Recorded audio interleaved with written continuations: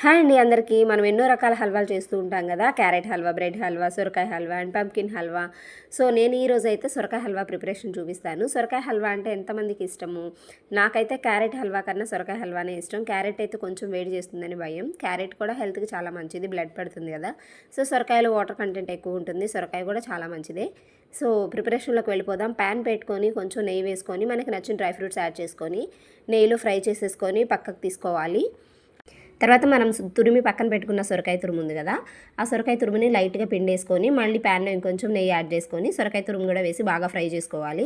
బాగా ఫ్రై అయిన తర్వాత దానికి సరిపడా షుగర్ అయితే యాడ్ చేసుకోవాలి. నేను దీనిలో ఎటువంటి ఫుడ్ కలర్స్ అయితే యాడ్ చేయట్లేదు. ఫుడ్ కలర్స్ అంత హెల్దీ కాదు కదా, సో న్యాచురల్గానే చేస్తున్నాను అనమాట. టేస్ట్ అయితే చాలా సూపర్గా వస్తుంది. షుగర్ కరిగిన తర్వాత ఇంకొంచెం వాటర్ అయితే వస్తుంది కదా, ఆ షుగర్ వాటర్లో ఇంకొంచెం బాగా కుక్ అయ్యి దగ్గరకు వచ్చేంతవరకు అయితే మనం కుక్ చేసుకుందాం. ఆ తర్వాత మిల్క్ యాడ్ చేసుకుందాం.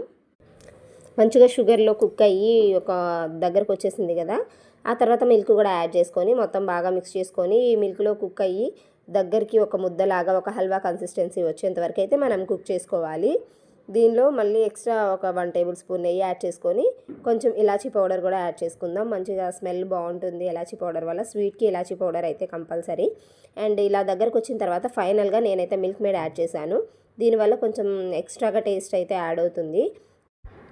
అండ్ తర్వాత మనం ఫ్రై చేసి పక్కన పెట్టుకున్న డ్రై ఫ్రూట్స్ ఉన్నాయి కదా, అవి కూడా యాడ్ చేసుకొని ఒకసారి మొత్తం మిక్స్ చేసుకొని ఈ హల్వా ప్రిపేర్ అయిన తర్వాత మనం నీట్గా సర్వింగ్ ప్లేట్లోకి తీసుకొని సర్వ్ చేసుకుంటే మన సొరకాయ హల్వా అయితే రెడీ అయిపోతుంది. వీడియో నచ్చితే లైక్ చేయండి, నా ఛానల్ని సబ్స్క్రైబ్ చేసుకోండి. Thanks for watching.